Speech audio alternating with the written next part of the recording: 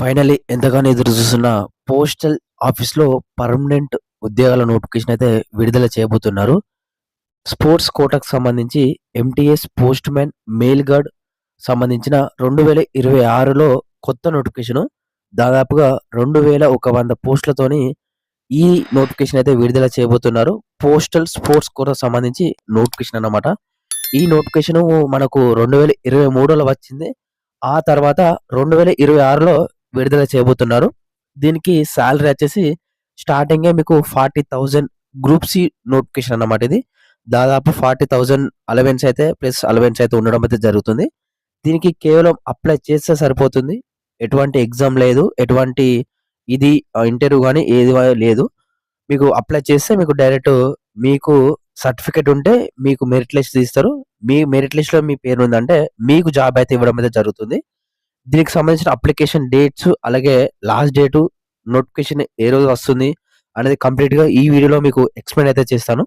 కాబట్టి వీడియో అనేది క్లియర్‌గా ఎండ్ వరకు చూస్తే సరిపోతుంది. అండ్ ఇటువంటి జెన్యూన్ అప్డేట్స్ కోసం మన ఛానెల్‌ని ప్రతి ఒక్కరు కూడా సబ్స్క్రైబ్ చేసి పక్కకున్న గంట సింబల్ ఆల్‌లో పెట్టుకోండి. అండ్ వీడియోస్‌లో ప్రతి ఒక్కరు కూడా లైక్ అయితే చేయండి. మన ఛానెల్ కొంచెం బూస్ట్ అప్ ఉంటుంది. ఇక మెయిన్ టాపిక్‌కి వెళ్దాం. మనకు పోస్టల్ స్పోర్ట్స్ కోటాకు సంబంధించి మెరిట్ ఏరియాస్ స్పోర్ట్స్ పర్సన్‌కి సంబంధించిన నోటిఫికేషన్ ఇది.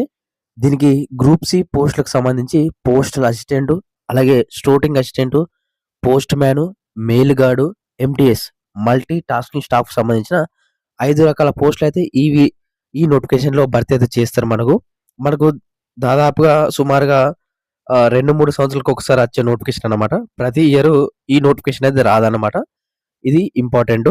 ఇక్కడ స్కేల్ పే చూసుకుంటే మాత్రం మీరు పోస్టల్ అసిస్టెంట్‌కి లెవెల్ 4 ప్రకారం 25,500 నుంచెల్లి 81,100 వరకైతే బేసిక్ పే అన్నమాట.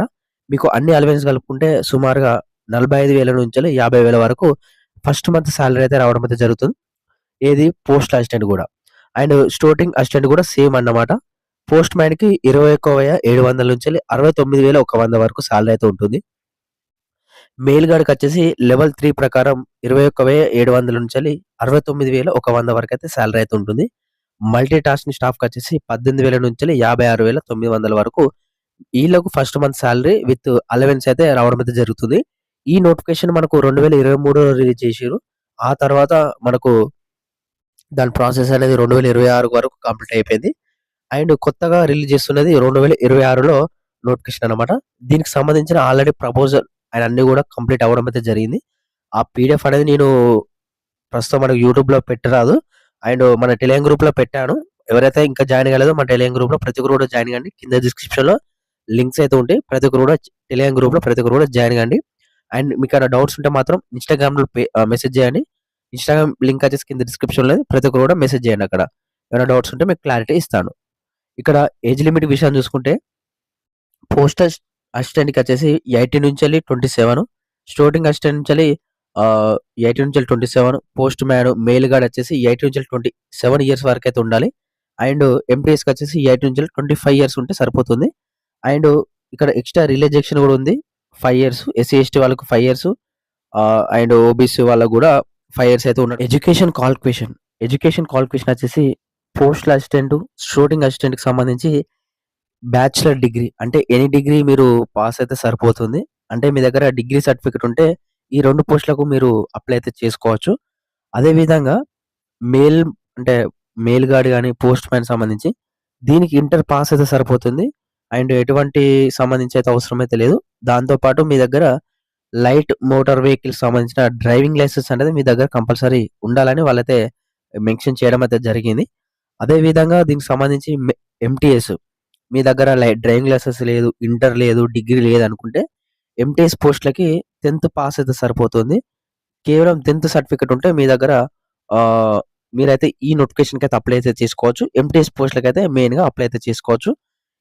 అన్నిటితో పాటు మీ దగ్గర స్పోర్ట్స్ సర్టిఫికేట్ అనేది ఉండాలన్నమాట. స్పోర్ట్స్ సర్టిఫికేట్ అనేది మీరు జిల్లా వైస్‌గా, మండల వైస్‌గా and state level, international level wise ఏ సర్టిఫికేట్ ఉన్నా మీ దగ్గర అప్లై అయితే చేసుకోవచ్చు. మళ్ళీ మళ్ళీ చెప్తున్నాను. ఏ సర్టిఫికేట్ ఉన్నా స్పోర్ట్స్‌కి సంబంధించింది. ఓకేనా. ఇక్కడ గేమ్స్ కూడా ఉండడం అయితే జరిగింది. మీరు ఇక్కడ చూసుకోవచ్చు. ఆర్చరీ ఇవన్నీ కూడా ఉండడం అయితే జరిగింది. మీరు ఒకసారి వీడియో ఆపి మీరు ఒక చెక్‌ఔట్ అయితే చేసుకొని క్లియర్‌గా మీకు చూపిస్తున్నాను. చూడండి ఒకసారి. ఓకేనా. ఇవన్నీ గూడా కబడ్డీ గాని, ఇవన్నీ గూడా ఉండడం అయితే జరిగింది. మీకు ఈ స్పోర్ట్స్‌లలో మీకు సర్టిఫికేట్ ఉంటే మాత్రం ఈ నోటిఫికేషన్‌కి అప్లై అయితే చేసుకోవచ్చు. అలాగే ఇంటర్నేషనల్ సంబంధించి ఇక్కడ ఫార్మ్ 1 అనేది కంపల్సరీ తీసుకోవాలి.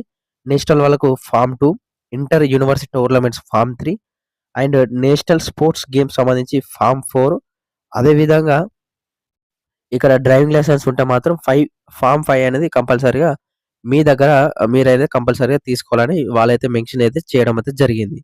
ఇక మెథడ్ ఆఫ్ సెలక్షన్ వచ్చేసి మీకు ఏదైతే ఉందో ఆహ్, సర్టిఫికేట్స్, సర్టిఫికేట్స్ బేస్ మీద మీకైతే మెరిట్ లిస్ట్ అయితే తీస్తారు.